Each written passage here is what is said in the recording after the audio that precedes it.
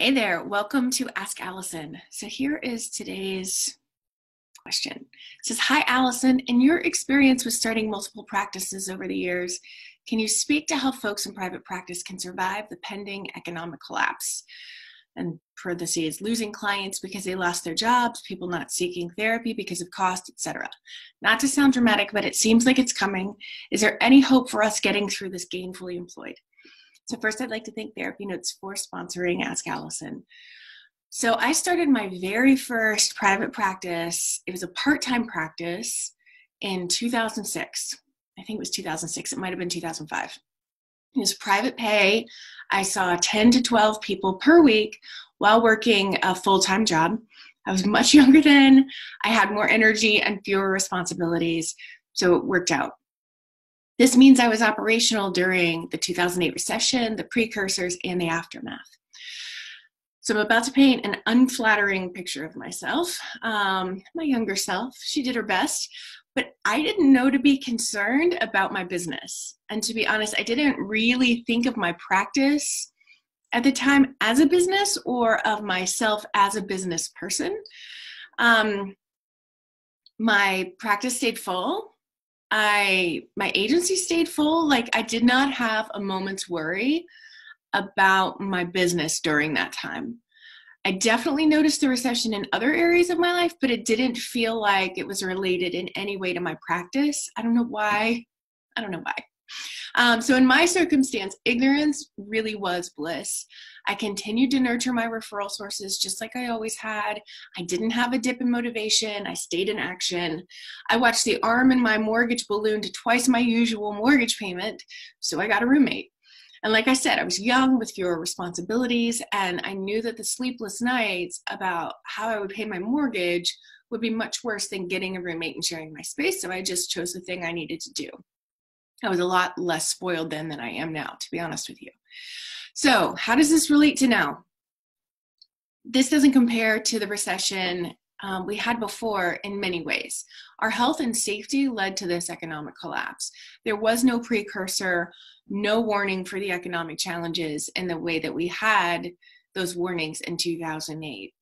But there is economic support for working people this time around, not just for banks and car companies.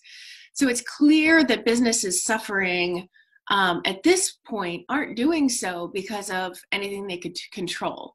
Whereas the message wasn't as loud and clear for those who had to manage a lot of shame with their businesses closing or suffering, along with the financial anxiety and the grief back in the 2008 recession. So we've got different kinds of grief now for sure. But anybody who's struggling in their business isn't feeling like, oh, it's because I was a failure, in the way that a lot of people felt that in 2008 when it, again, wasn't their fault, but that message wasn't delivered in the same way it is now. So in many ways, our actions can be the same as the blissfully ignorant 20-something me. So here are two of the most important. The first thing is we can take action to continue marketing our businesses. We cannot control how many people call us, but we can control what we do to make it easier for them to find us. And I truly believe that we're in this collective, like, breath holding space because nobody knows what's next. But then, and as a part of that, many of us, our phones are not ringing like they normally do. And that's just what I'm seeing across the board. There are some exceptions to that, but most of us are not, including my practice. We are not getting the same number of phone calls we typically did. You mentioned concern over lost health benefits and people not seeking services because of the cost. So if we needed to see thousands of people per week to stay afloat, I'd echo that concern.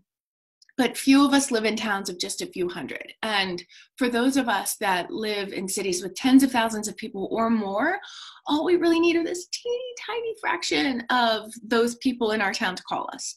So like in my city, if I want a caseload of 25 people, I'd need to see 0.0003% of the population. If I was in New York City, it'd be I gotta do this with my finger, 0.00003% of the population. So is there that teeny tiny percent of your city that struggles with what you do, or not struggles with what you do, struggles with what you do great work with, that has kept their job, and thus either their health benefits or they've remained financially solvent enough to pay you out of pocket. Absolutely. And a very important part of your job is to help them find you. So for those of you who are like, but how do I help them find me? You should consider joining the Abundance Party. It is the most economical way to get clear on what to do to get clients in the door in a way that feels really aligned with you and your practice. It's only $49 per month, and that's over at abundanceparty.com. For those of you who had strong marketing before this happened and you know what you're doing to get clients through the door, I want you guys to keep doing the thing that was working, except for in-person networking. I think once this collective breath holding has released and we settle into this new normal, you're going to start getting calls. And I honestly think we're all going to get more calls than we got before, because this sucks. It sucks for everyone. And it is bringing up all the things that weren't working in people's lives are getting highlighted. And the only people who seem to be doing better with this are those who had social anxiety or real troubles in their workplace or in their schools. And for the rest of us, we need some support and we need some help. But I can also understand everybody like trying to get settled into this new normal and get some routines going before they call. All right. So that was number one. It was long. Number two is going to be long too. Number two is watch where you put your time and energy. This is a do your best situation, because these memes about like living your best quarantine life by writing a book while getting 6-pack abs and sewing enough masks for your entire city and adopting 3 new pets and training them perfectly honestly make me want to punch somebody. If you're feeling like there's no time to get things done, notice how much time you're scrolling social media or the news and try spending half of that time on your business the next day. And be gentle if you don't. We're just all doing our best with this. So, and I'll admit, I'm not the best about staying off of my phone. And so I'm a pot calling a kettle black, I guess, gently calling a kettle black. But I'm starting to keep my phone in the bedroom because I'm realizing like it's not working for me at all as a parent who's supposed to be paying attention to my kids, and refreshing the news every 10 minutes is not helping anything.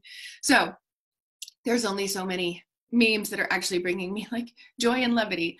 So even if you spend just half the amount of time you spent on your phone tomorrow on your business, that's a great start. That's an amazing start.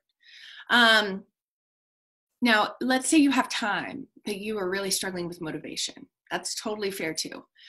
So here's how I'm motivating myself. And I know it doesn't look like I'm struggling with motivation because I'm putting out a ton of Ask Allisons and podcasts and things like that over the last month. I know it looks like, yeah, sure, that's easy for you to say, but here's what I'm doing to stay in motivation. I think about why I do this work. Why I do it as my own business instead of somebody else's. So getting clear on why you're a therapist.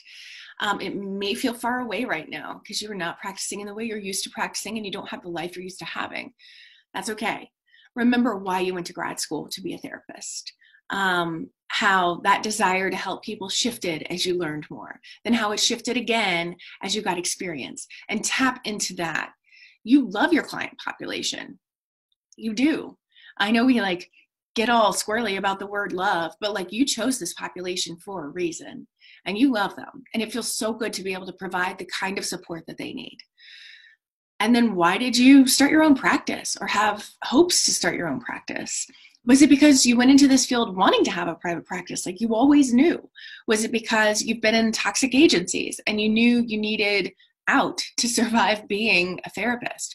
Or you knew that the choices that the agency was making were not ethical and clients deserve better than that? Was it because you wanted time to spend with your kids and resources to send them to college? Spend some time remembering. I'm going to share one last thing that a therapist friend said to me on the phone the other day. And I was walking and I literally stopped walking when she said it.